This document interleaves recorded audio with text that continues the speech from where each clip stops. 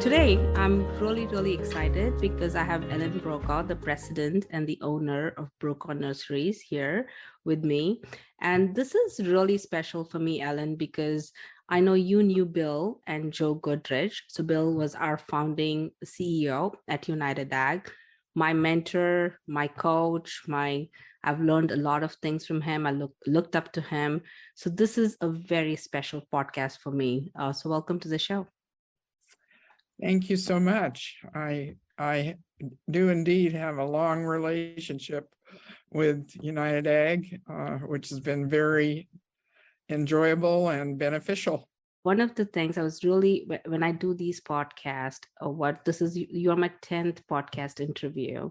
What I've learned, I don't know how many people listen to the podcast. That is important. But for me personally, the growth I have gone through, my personal growth by just listening to leaders like you and your stories have been so enriching and so inspiring.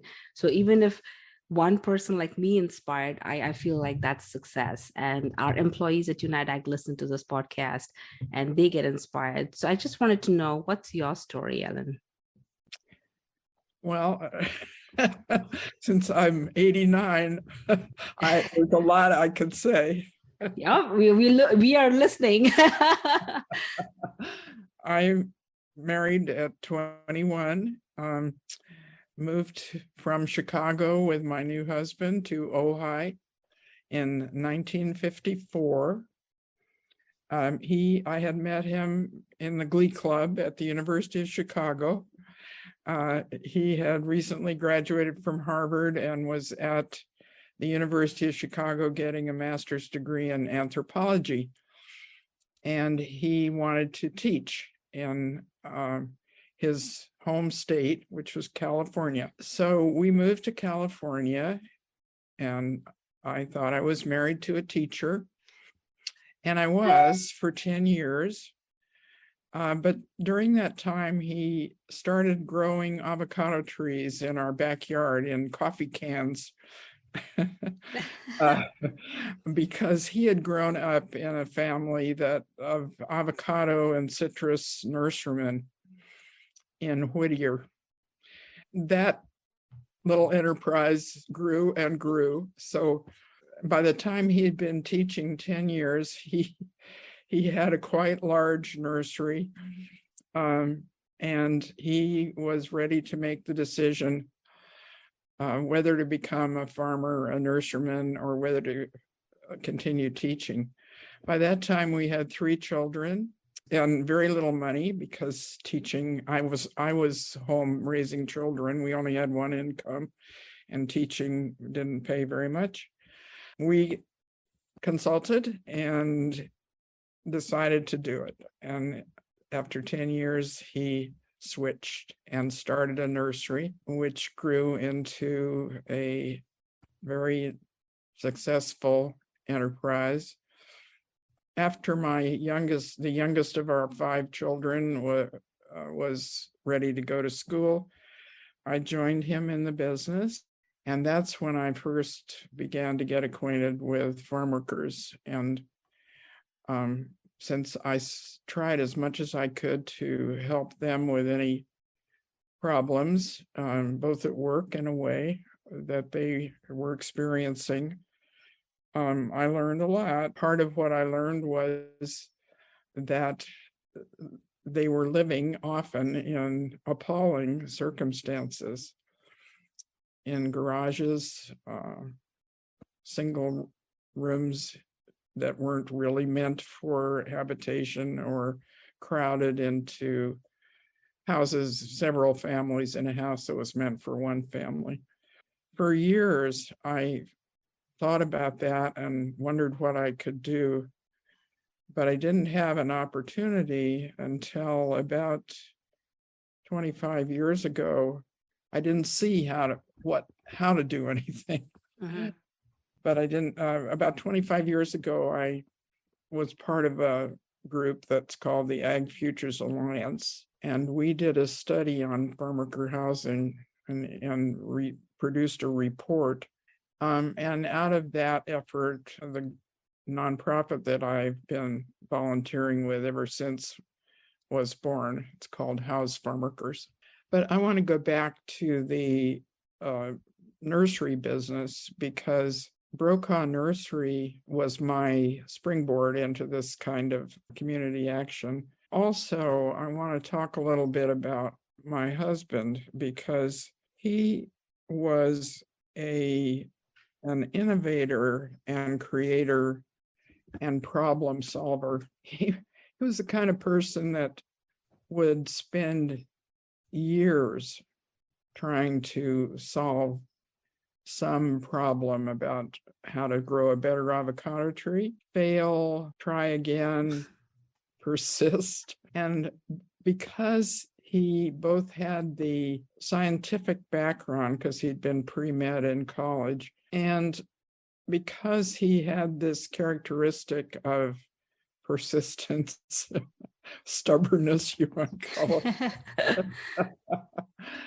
it. He solved a very big problem in the avocado industry, which was how to produce avocados that could resist the disease that was killing orchards all over the state in the 1960s and 70s, a disease called avocado root rot, or Phytophthora simimomi. And the process that he was able to come up with and commercialize so that he could grow, it could be grown in a nursery on a large scale, is the cloning of the rootstock. And now it is commonly used all over the world. When you were talking about that story, it reminded me of Thomas Edison, right? The light bulb thing that you do, you try, you're persistent, and then that's what happened. For some reason, when you're telling me that story, it reminded me of that.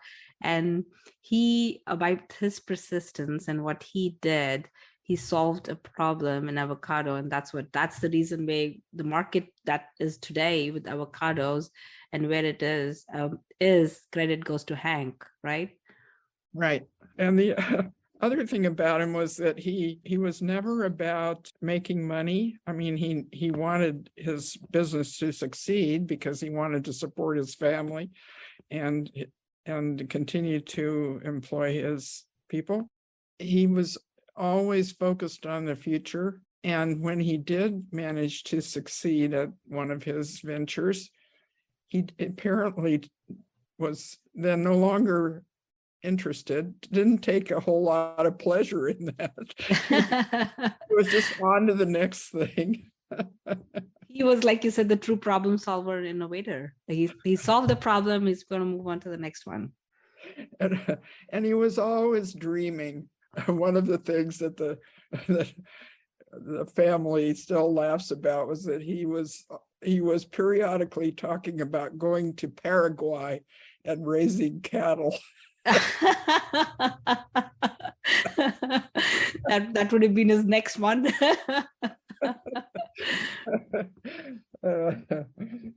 Because that's quite a journey for him, right? From Harvard and Chicago, and then he comes to California and he does this. This is that's amazing. I don't know if people love avocados. I love avocados and others do too. But the amazing part is I've noticed through these podcasts, we find so many of these stories that link back to the food we eat. So I'm sure people did not know this. So if that wouldn't have been solved, right, the disease that he was working on, then we wouldn't have had the avocado crop like we see today. You were part of the operation from after the kids grew up and stuff, and you got involved in it. And I know you've been engaged, and even since he passed away, you still have been really involved with the operation, right? Well, I remained involved with the nursery, but one of the things that happened over the years was that not only did he sell the nursery trees that we grew, he also bought property in Santa Paula, planted orchards, so we could also produce fruit. When my oldest son, Rob, who had been working with us in the nursery, was about 35, Hank turned the nursery over to him, and we separated the two businesses, and they're still going, and they're still family businesses. So at this point, we have Brokaw Nursery, which is an LLC, and Brokaw Ranch Company. Hank and I and the remaining kids lived on the ranch in Santa Paula, which we moved to in about 1980. And he then, for the rest of his life, managed the ranch property and other ranch properties we had. One of the things that you mentioned when you were earlier on, you were involved in the nursery, you kind of saw the farm workers, understood that you are a very employee centric, and you took the time to understand what your workers needed. So, and then a couple of years later, you got a little bit more involved in it. So can you tell us a little bit about that, and what is the situation like today, and what can we do too, the people listening and United Ag, to help with this? The organization I spoke of, House Farm Workers, doesn't build housing. We do education and advocacy. In Ventura County, most farm workers live inside one of our 10 cities. Because we have very restrictive policies about what can be built on unincorporated land, including land zoned for agriculture. We have committees in 6 of the 10 cities, those that have most farm workers. And the kind of work we do is to try to make the farm worker real to the general populace of the city, because people who live in Ventura County mostly appreciate the fact that we have these orchards and green fields between our cities. They think they're beautiful, and they drive by them and they see people working in the field, but they have no idea what the lives of those people are like. And they don't realize that most of those people are part of the communities that they live in the cities. So we have a film, and we give programs and try to develop both knowledge and interest in the welfare of farm workers. And then the major work is advocacy with the political leaders that make the decisions. Are the ones that approve or disapprove proposed farm worker housing in their cities. Over the last 20 years, there actually, after a long period when almost no housing was built, there has been some increase in housing for farm workers. Probably at this point about 2,000 units, but there are more than 40,000 farm workers in Ventura County. So there's a long way to go. Yeah. Unfortunately, there are still people living in very overcrowded circumstances, which became very apparent in the pandemic, when it was almost impossible for families to protect themselves once one person got infected. As a farmer, you understood what the farm workers were going through, and that group tried to help and do this. But the perception, when you look at somebody thinking of agriculture, somebody from outside, the perception is that the farmer treats some farm worker a certain way. And what I have found, being involved in this industry for now over 30 years, it's the farm. The owners, the employers, everybody wants to take care of the farm workers. That's what I've seen. But there is this misconception out there that that's not happening. Do you have any thoughts on that, on why and how why does that occur? If we say, well, we're really trying to do our best and we're good guys, that sounds defensive, right? Resonate. Yeah, it doesn't. Yeah. So that leads me to the other thing that I've been very involved in more recently, the last 5 years. There are groups in Ventura County, and indeed everywhere in the county where ag takes place, that do advocacy on the part for farm workers. And they actually are the ones that keep telling people that farm workers are being mistreated. And since we have the unfortunate human tendency to glom on to the bad news Yep. and the negative, they are believed. And some of what they say is true. Yeah. But we have a very forward-looking farm leader in Ventura County who's the head of a very large berry company, Ryder Berry. And Garland Ryder, in response to a publication of a list of demands for change for farm workers, that seemed to say that all ag employers in Ventura County were mistreating their farm workers, and therefore action was needed to remedy this on the part of our political leaders, our board of supervisors. Anyway, in reaction to that, he pulled together a few of us fellow ag employers and suggested that we try to find some common ground with these groups that were calling us names. Right. Now, most of the ag community was very angry about that, but Garland said, it doesn't do us any good to be angry and Right. fight with them. So the upshot of that was that three of us sat down with four people from the leading organizations in the county.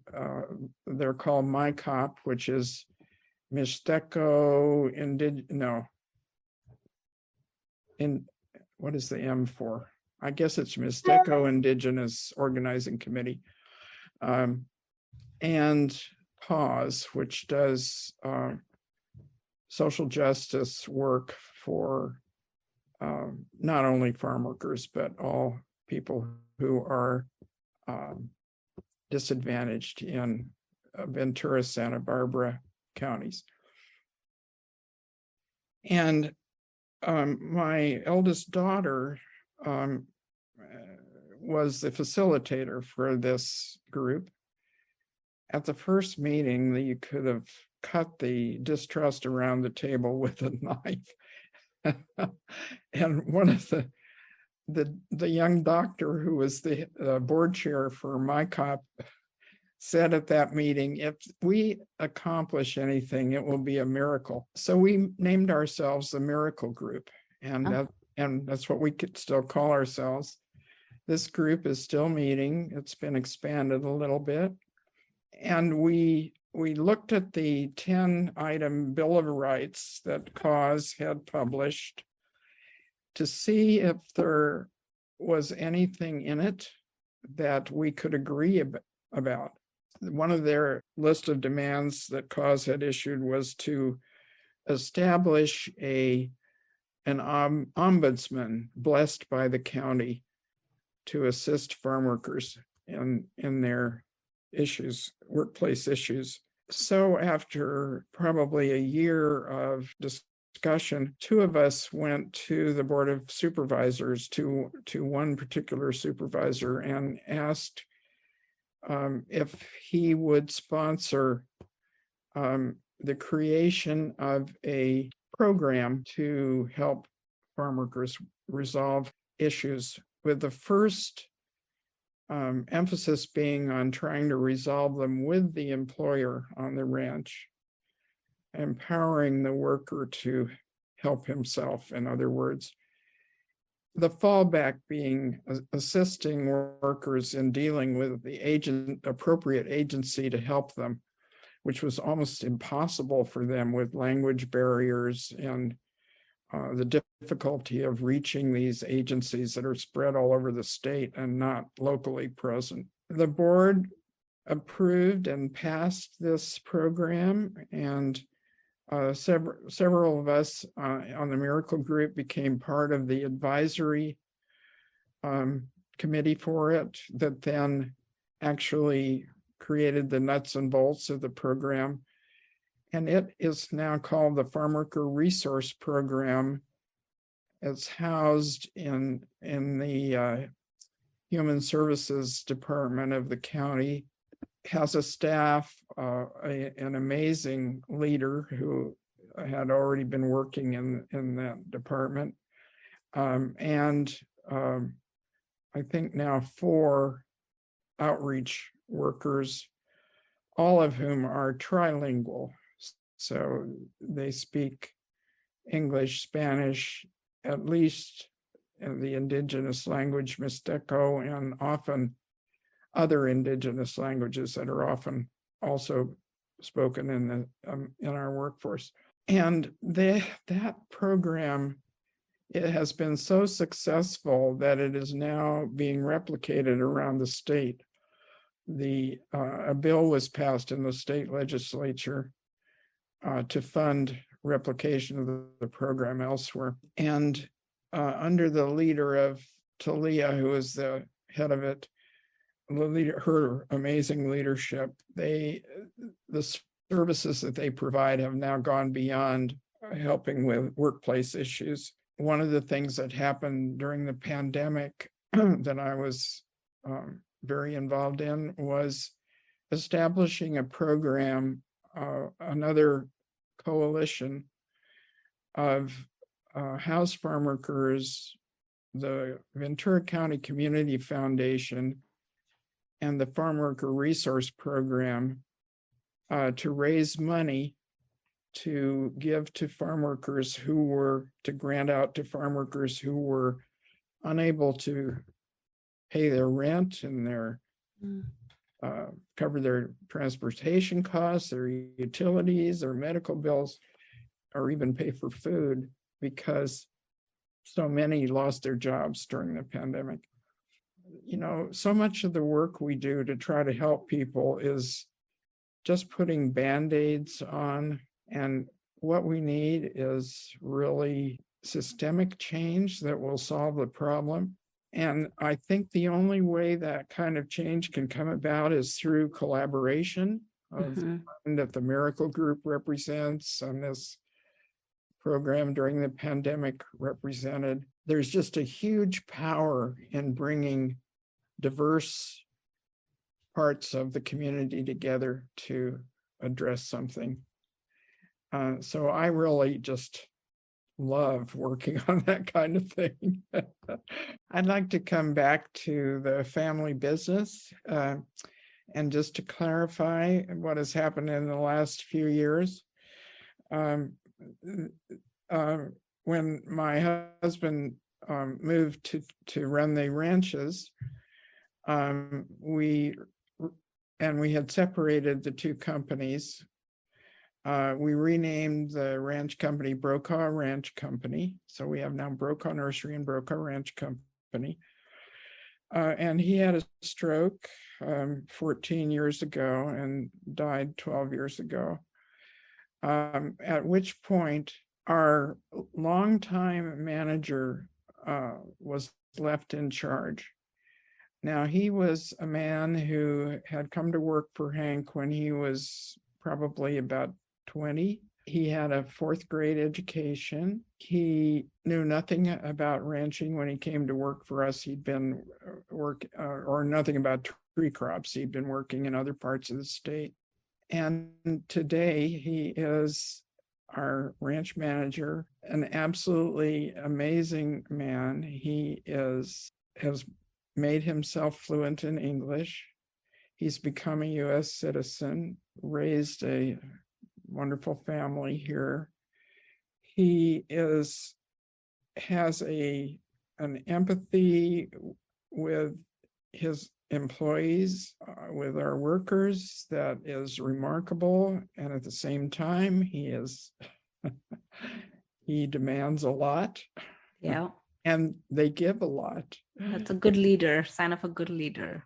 during the Thomas Fire, which burned a good portion of our orchards, we were just 5 miles from where it began. And it went right through the ranch. And he and his crew, all the families got off the ranch, and my daughter and I actually were already off the ranch when it started. But he and his crew stayed to fight the fire, and they didn't have much help from the fire crews because they were busy rescuing people. And they spent all night beating out flames, employing the water truck, trying to save everything that they could. And when Debbie and I were finally able to come back onto the ranch sometime the following day, the fire was still smoldering everywhere. Workers were still there, red-eyed and exhausted. And one of them came up to us and said, with crying, saying, "I'm so sorry we couldn't save everything." Oh. So they were absolutely our heroes. Yeah. And his leadership was key to it all. So I took over as CEO of the ranch, which was funny because I really knew nothing.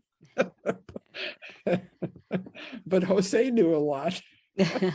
And he needed somebody to make the big decisions. So I did that for a few years, and then I had promised my children that I would retire at some point. I'm not working actively in either the nursery or the ranch anymore, but I still chair of the board of the ranch company, so I have my finger in it. Yeah. And you do a lot of community service and you do all of that. So you're a super busy lady.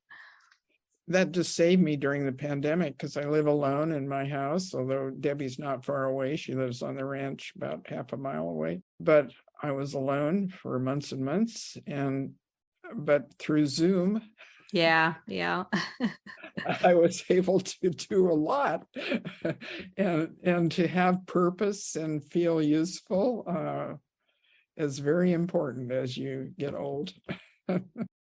Is there anything, Ellen, that we missed? Anything you want to add? Oh, I could talk all day. I could listen all day. This is, just that I'm like, okay, I know you and I talked earlier, but this is so much good information. This is awesome. Thank you very much. I enjoyed it and wonderful. Thank you so much, Kurt. Thank you. Bye. Bye.